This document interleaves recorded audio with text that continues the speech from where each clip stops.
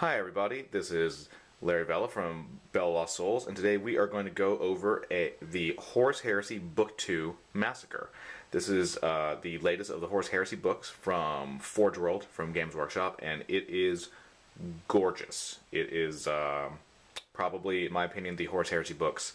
They're probably the highest production values, highest quality product that Games Workshop has put out in years. And this is Volume 2 of the series. Follows up on Volume 1 Betrayal. It's very much a product in the same vein.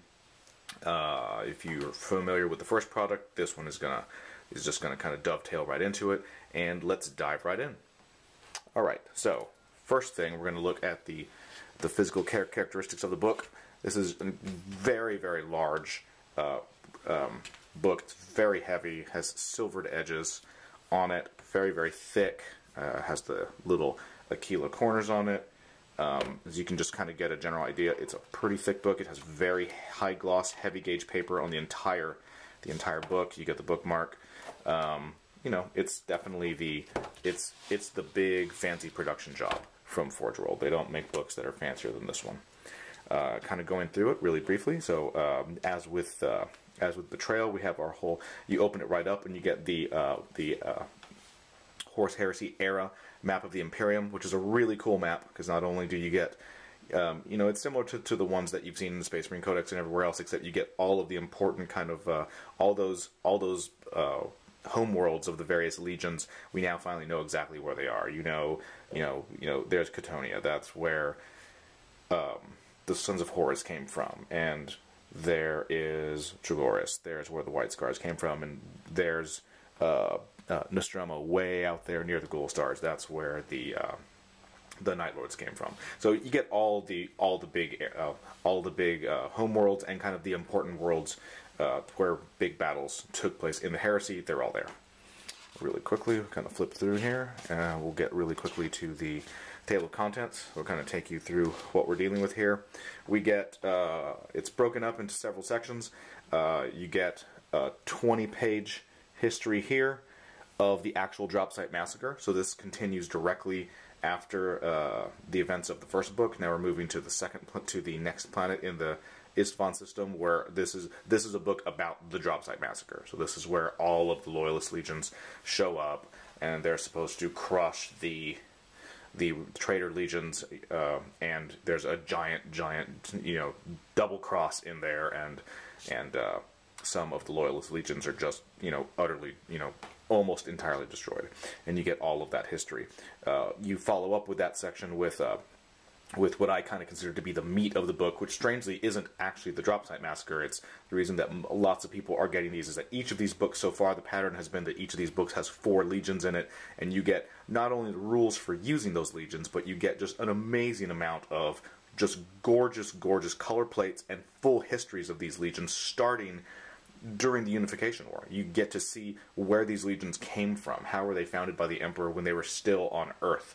What parts of the planet did they draw their recruits from? What is their entire history? You know, what are the origins of them? You get pages of history of your legion before they even get reunited with your Primarch, which is just phenomenal background in writing.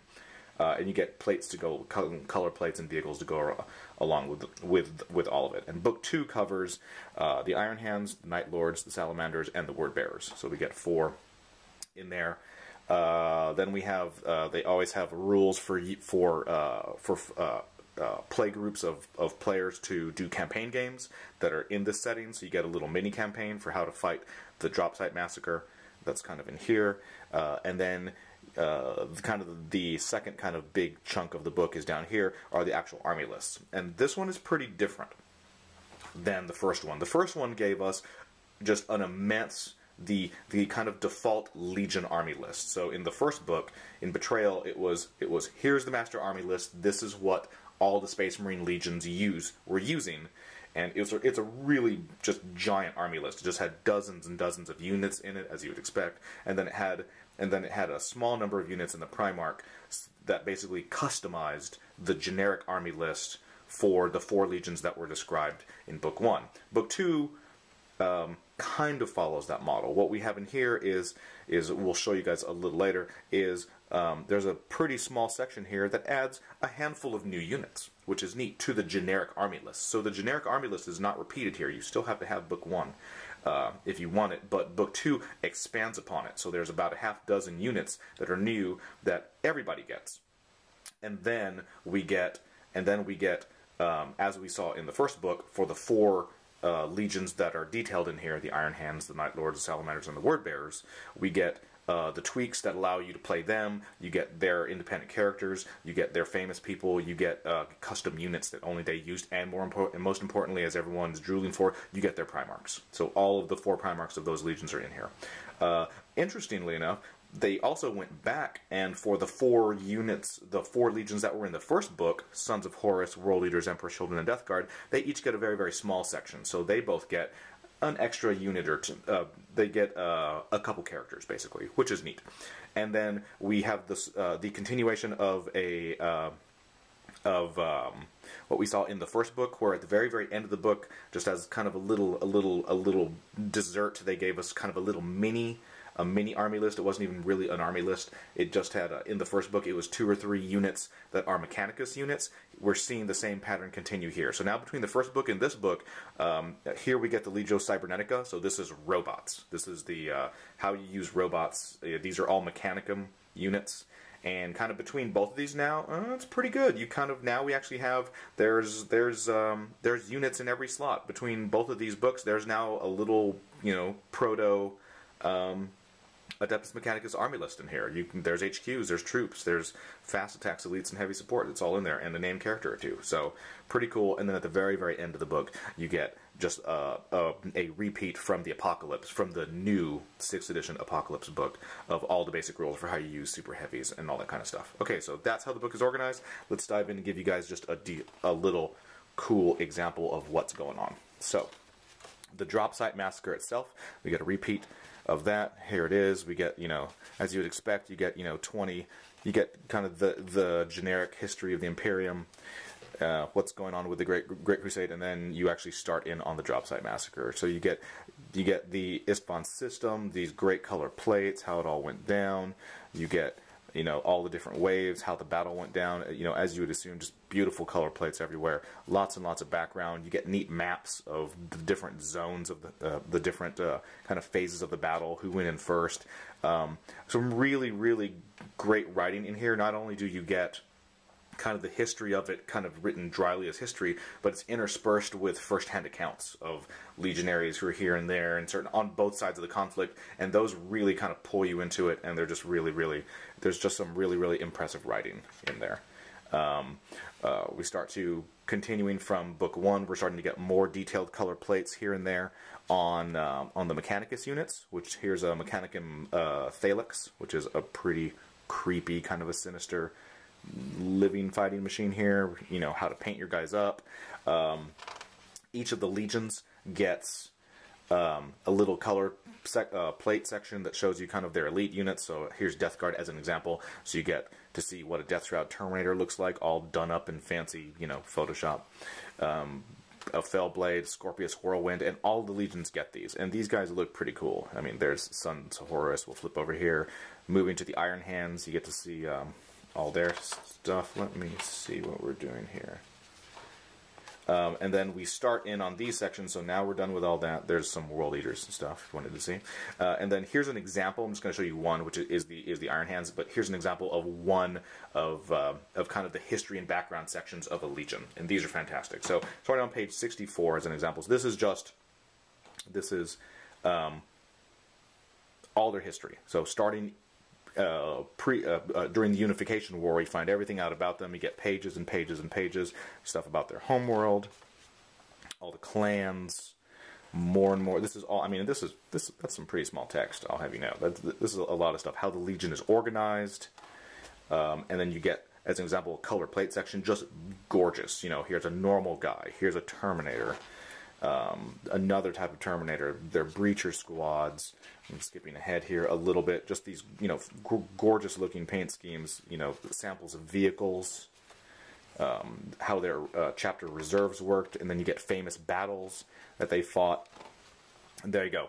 And so you get a section just like that on the other three too. So here's the Night Lords. We'll just kind of skip ahead briefly so you can take a look at some of their totally cool color plates. Night Lords are in there. We'll skip ahead to the Salamanders are covered, and the Salamanders are fantastic for all you Salamanders players out there who've been waiting for years and years, and you want to know what's up with the Fire Drakes and how their iconography works and everything else. Where do they actually come from? It's all here.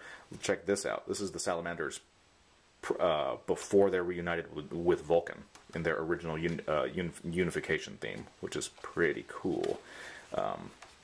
Word bearers, of course, everyone loves a good villain. This is definitely the book of good villains, and you get the word bearers in both their kind of original gray with scroll work and writing all over their armor, and then their later red. So you can kind of paint your guys up however you want. Go quickly over there's the campaign setting. We're done with all that stuff. You get, and now we're back into the army list. We get, as an example, there's alternative force org charts that you can use for your armies, kind of based on whether they're in a kind of default battle stance or whether they're in a more offensive or a more defensive, which is really neat. Ties into a lot of the fortification kits and special rules and stuff. Here's the big campaign on how to actually fight the Dropsite Massacre if you want to. Shows you how to do all that. Really. Now we're on to page 191. This is the section here I was telling you about. This is the expansion section of the Legion army list. So we get to see about a half dozen new units that just make the Legion list larger, so everybody gets them. These, of course, I assume that this is going to be the pattern moving forward with Forgeworld. Each one of these books is, it's going to highlight, basically, this is effectively, here's the new kits that Forgeworld has put out, and everyone can use them. Yay, go buy them. So we get Contemptors, and we get that new Lightning, and you get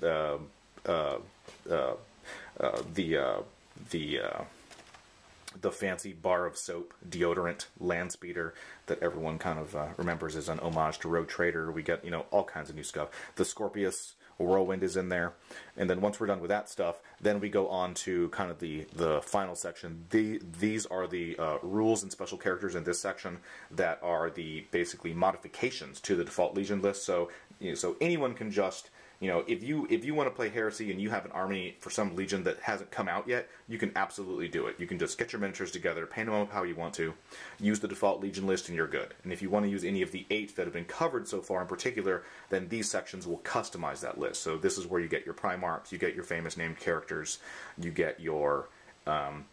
most of the Legions have 1 or 2 special units that only they have. It's done really, really well. So I'll just show you.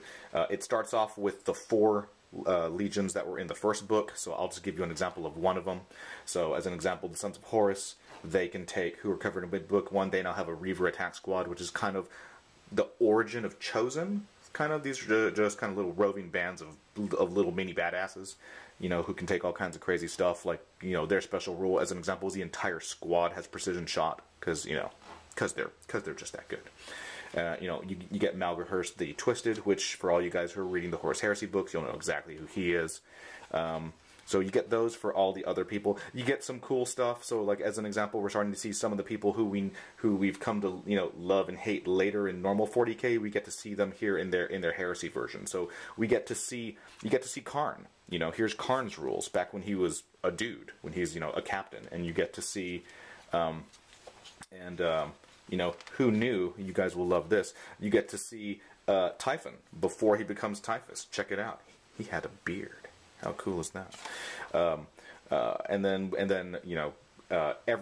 each legion of the 4 new legions, every legion is in here. They're all covered. They get their special rules. So here's the Iron Hands as an example. Here's the special rules that allow you to modify the default Legion list, which will then, make your army the Iron Hands, and they all have their special rules. They have, inviolate armor, stand and fight, rigid tactics, which is a whole set of pluses and minuses.